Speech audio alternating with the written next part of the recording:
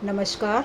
आज के इस व्याख्यान में हम एमए उत्तरार्ध के चतुर्थ प्रश्न पत्र विशिष्ट साहित्यकार में प्रेमचंद जी के निबंध संग्रह कुछ विचार में से उर्दू, हिंदी और हिंदुस्तानी शीर्षक पाठ के आधार पर राष्ट्रभाषा के बारे में प्रेमचंद जी के विचारों का अध्ययन करेंगे।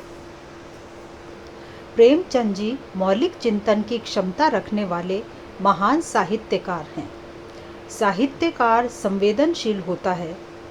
जब कभी देश या समाज में वह कोई बुराई या समस्या देखता है तो उसका साहित्यकार पर प्रभाव पड़े बिना नहीं रहता। वह दुखी, चिंतित हो उठता है। वह उसके बारे में चिंतन मनन करता है और समाज के मार्गदर्शन हेतु अपने विचार व्यक्त करने के लिए विवश हो जाता है। प्रस्तुत निबंध में प्रेमचंद जी ने यह विचार व्यक्त किया है कि एक राष्ट्र के लिए एक राष्ट्रभाषा का होना अत्यावश्यक है। उन्होंने इस संबंध में श्रीमती खलीदा अदीब खानम का मत उद्धृत किया है। श्रीमती खानम ने कहा है कि तुर्की जाति और राष्ट्र की एकता तुर्की भाषा के कारण ही हुई है और यह निश्चित बात है कि राष्ट्रीय भाषा के बिना किसी राष्ट्र के अस्तित्व की कल्पना नहीं की जा सकती। प्रेमचंद जी ने कहा है कि जब तक भारतवर्ष की कोई राष्ट्रीय भाषा नहीं होगी तब तक वह राष्ट्रीयता का दावा नहीं कर सकता है। उन्होंने यह स्पष्ट करने का प्रयत्न किया कि राष्ट्रभाषा न रहने पर राष्ट्रीयता खंडित हो जाती है। उदाहरण के लिए प्राचीन काल में संभव है भारतवर्ष एक राष्ट्र रहा हो, परंतु बौद्धों के पतन के बाद वह राष्ट्रीयता समाप्त हो गई। यह कैसे हुआ, इस बारे में प्रेमचंद जी ने बताया है कि एक कारण तो यही है कि बौद्धों के पतन के बाद भारत में भाषाओं का भेद बढ़ गया था, जिससे देश भी खंड खंड हो गया था। मुसलमानों के शासनकाल में भिन्न भिन्न प्रांतों का राजनीतिक एकीकरण तो हो गया था, परंतु तब भी देश में राष्ट्रीयता नहीं थी। वैसे तो संसार में ही राष्ट्रीयता का प्रारंभ हुए 200 वर्षों से अधिक समय नहीं हुआ, परंतु भारत में तो यह अंग्रेजी राज्य की स्थापना होने पर स्थापित हुई। अंग्रेजी शासन जैसे जैसे दृढ़ हुआ, देश में राष्ट्रीयता भी दृढ़ होती गई। राजनीतिक पराधीनता ने ही राष्ट्रीयता को मजबूत किया। यदि अंग्रेजी शासन ना रहे तो आज देश में भिन्न भिन्न अंगों में और तत्वों में जो एकता है वह संभव है समाप्त हो जाए। प्रेमचंद जी ने बताया कि राष्ट्र के जीवन के लिए सांस्कृतिक एकता आवश्यक होती है और वह मुख्य रूप से भाषा की एकता के द्वारा स्थापित होती है। प्रेमचंद जी ने स्पष्ट रूप से एक राष्ट्रभाषा का महत्व बताया और यह बात आवश्यक भी थी कि भारतवर्ष की एक ऐसी राष्ट्रीय भाषा हो जो देश के एक सिरे से दूसरे सिरे तक बोली और समझी जाए। प्रेमचंद जी ने राष्ट्रभाषा का एक दूसरा महत्व यह बतलाया कि इसके लागू हो जाने से कुछ दिनों में राष्ट्रीय साहित्य भी प्रारंभ हो जाएगा।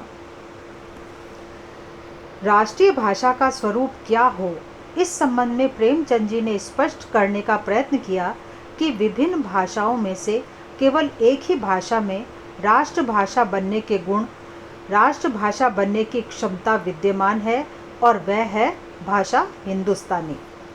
भिन्न भिन्न प्रांतों में जो भाषाएं प्रचलित हैं उनमें राष्ट्रीय भाषा बनने की योग्यता नहीं है। उनके प्रचार का क्षेत्र सीमित है, उन भाषाओं का कार्य सीमित है।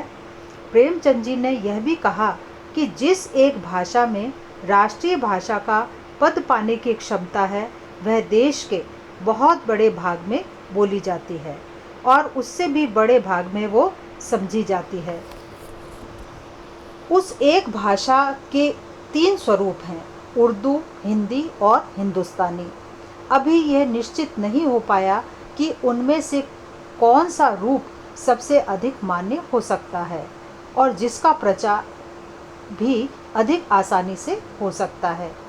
प्रेमचंद जी राष्ट्रभाषा के पद पर आसीन होने योग्य भाषा में दो विशेषताएं आवश्यक मानते हैं। एक तो वह कि भाषा अन्य भाषाओं से अधिक व्यापक क्षेत्र में वह प्रचलित हो, और दूसरे उसके बोलने समझने वाले अधिक हों।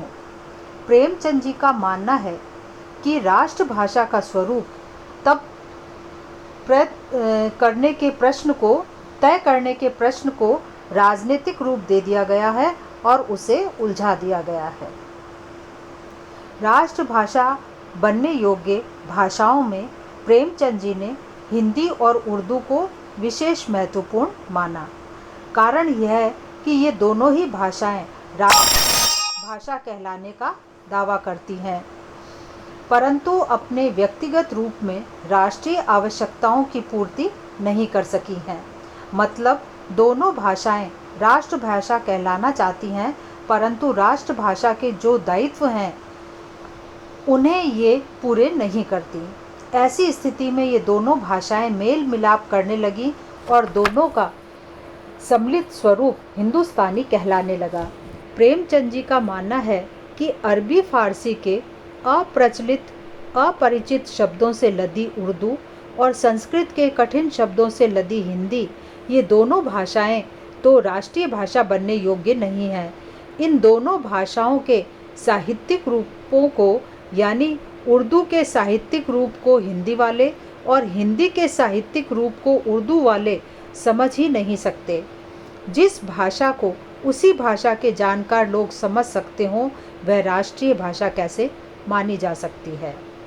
प्रेमचंद जी ने भाषा की उन विशेषताओं पर प्रकाश डाला जो एक राष्ट्रभाषा में होनी चाहिए। एक तो उस भाषा में सर्वमान्य बोधगम्यता होनी चाहिए, यानी उसे सभी समझ लेते हों। उस भाषा का उद्देश्य यह होना चाहिए कि वह ऐसे शब्दों का प्रयोग करे जिन्हें साधारण लोग भी समझ सकें। हिंदू, मुसलमान, पंजाबी, बंगाली, गुजराती, महाराष्ट्री सभी लोग समझ सकें।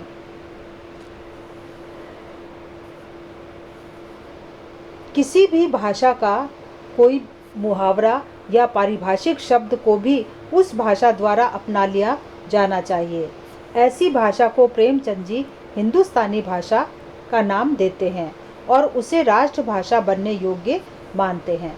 जिस प्रकार जापान की भाषा जापानी कहलाती है, चीन की चीनी, ईरान की ईरानी, उसी तरह हिंदुस्तान की उस राष्ट्रभाषा के लिए हिंदुस्तानी नाम देना उचित है। शेष फिर धन्यवाद।